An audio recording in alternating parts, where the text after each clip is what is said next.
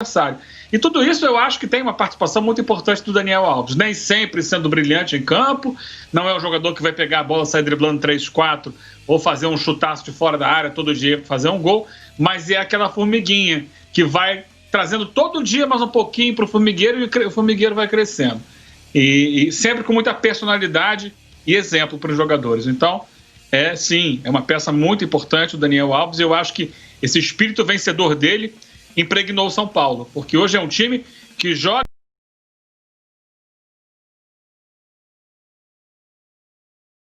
em perfeita sintonia. O time está vibrando, né, pulsando junto. Isso é muito importante e tenho certeza que passa por ele. É verdade. Agora, presidente Mauro Naves, hoje é dia 28 de dezembro. O Natal já passou, o Réveillon está chegando. No dia 28 de outubro, há 2 meses, com certeza neste programa nós estávamos falando o seguinte, hein? Mas o São Paulo, o Daniel Alves, será que valeu a pena? E o Fernando Diniz, tem que insistir com ele. O São Paulo não se encaixa. São problemas de muitos e muitos anos do clube.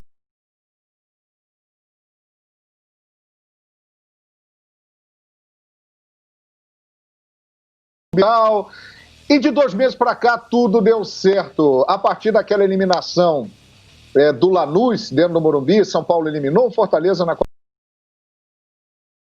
do Brasil, eliminou o Flamengo do Rogério Ceni, embalou no Campeonato Brasileiro. E tá aí, presidente Mauro Naves.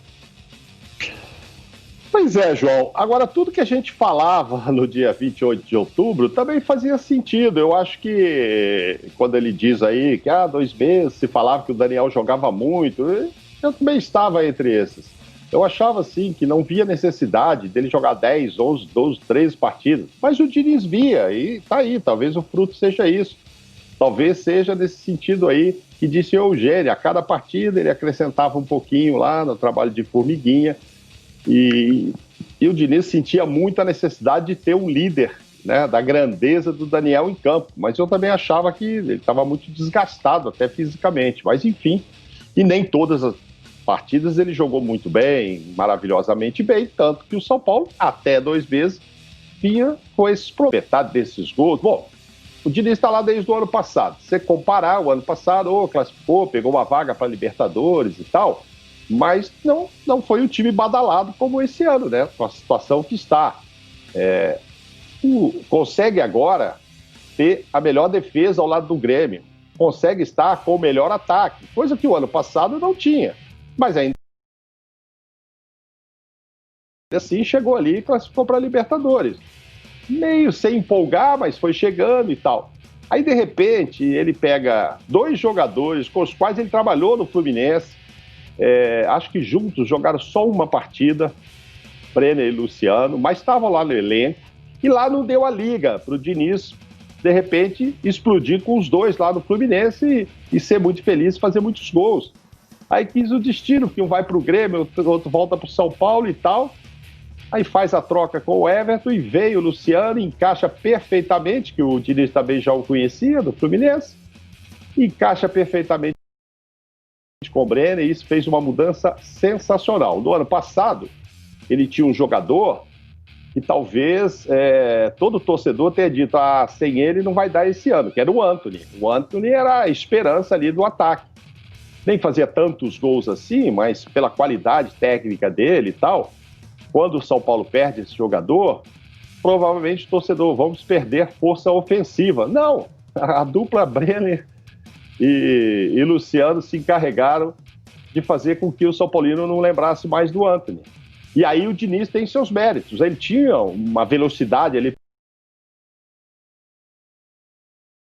pelo lado com o Antony, e ele não tem esse cara hoje. O que ele faz? Ele põe o Sara do lado e o Igor no outro e resolve o problema. E caras que resolveram no meio, coisa que o Antony não resolvia, e chegam, né? Óbvio, não tem a velocidade do Antony, mas estão chegando, porque os 2 lá na frente já resolvem tudo, enfim. Agora, continuidade.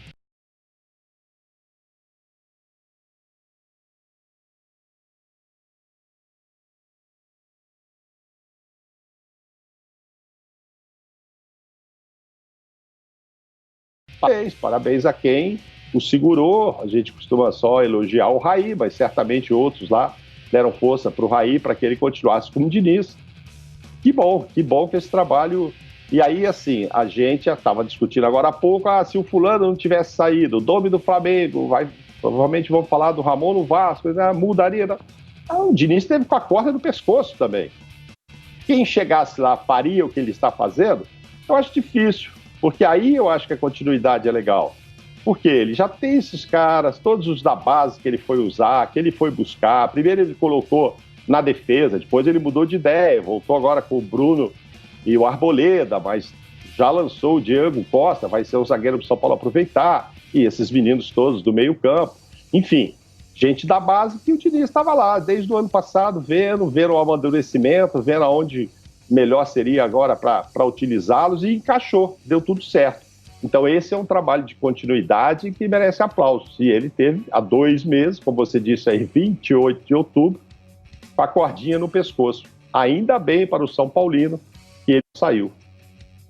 É verdade, persistência, né? É uma palavra importante. Raí, uma figura importantíssima na permanência do Fernando Diniz, foi o cara que acreditou sempre, né, no trabalho dele, e valeu a pena manter o Fernando Diniz, que aos poucos foi colocando peças, jogadores mais jovens, Daniel Alves ajudando o time dentro de campo com a sua experiência, e tudo está funcionando. Agora, Breiler Pires, quarta-feira, contra o Grêmio, que está em vantagem, venceu o primeiro jogo por 1-0, e esse São Paulo, que está encaixadíssimo, vai ter que continuar nessa boa fase para conseguir avançar na Copa do Brasil, Breiler.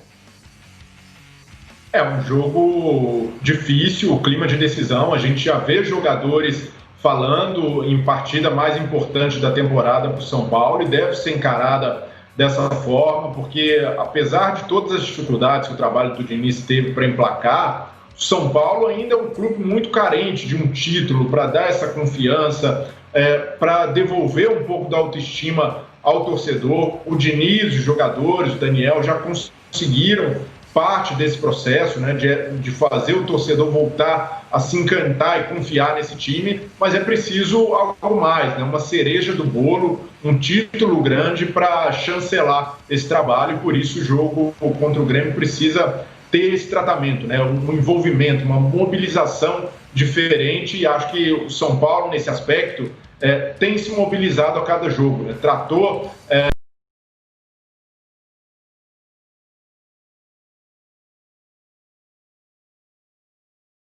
deu importância à partida contra o Fluminense, poderia ter poupado, ter preservado mais jogadores, mas sabia que era necessário criar essa gordura para o Campeonato Brasileiro. Então acho que o São Paulo, eu não sei se incorporou o espírito vencedor do Daniel, porque eu acho isso muito difícil de se fazer, de um jogador chegar na equipe com um currículo apenas, né, com a vontade, com a gana de vencer, e isso contagiar todo mundo. Acho que é algo maior, que depende de outros fatores, e o São Paulo encaixou em vários aspectos.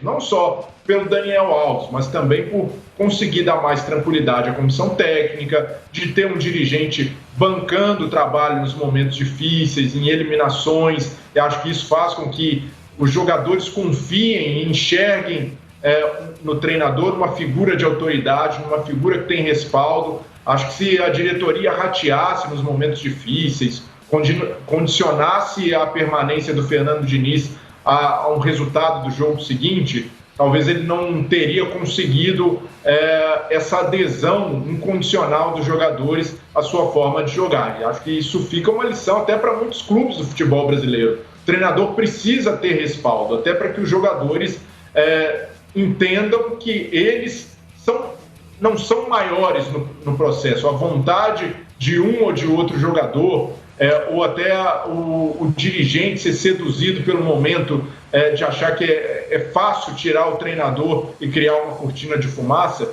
que isso não pode existir. Essa é uma cultura que precisa ser superada. Então, acho que, além do Daniel Alves, o São Paulo conseguiu aparar várias arestas que não havia conseguido ao longo do ano, muito pelas feridas que sofreu ao longo da temporada também, e isso favoreceu o trabalho do Fernando Diniz, o trabalho também do Daniel Alves, porque quando a gente o criticava no meio da temporada, havia motivos para isso. A gente via um Daniel Alves no começo do ano ou nas eliminações que corria muito com um afã de protagonismo, de ser o cara que marca, que decide, que chega na área, que se apresenta para jogar, mas ao mesmo tempo não era tão decisivo como ele é hoje, às vezes simplesmente criando um espaço, dando 2 passos para trás para o Igor Gomes aparecer, para o Sara ser o armador no lugar dele, que é um jogador que atrai muita marcação.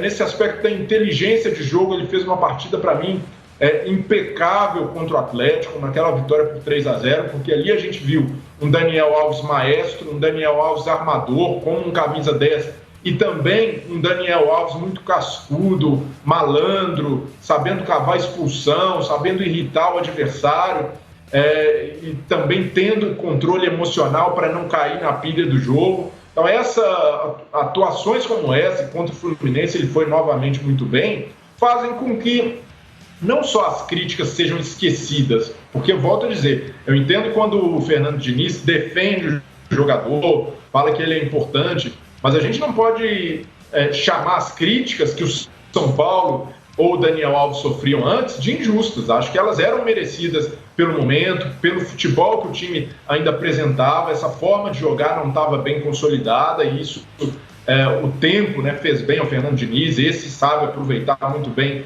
os dias livres para treinar e melhorar o time.